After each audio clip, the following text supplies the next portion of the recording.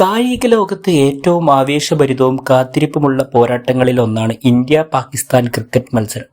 ഇന്ന് നടക്കുന്ന ICC champions trophy മത്സരത്തിൽ ഇരു ടീമും ഏറ്റുമുട്ടാൻ ഒരുങ്ങുകയാണ്.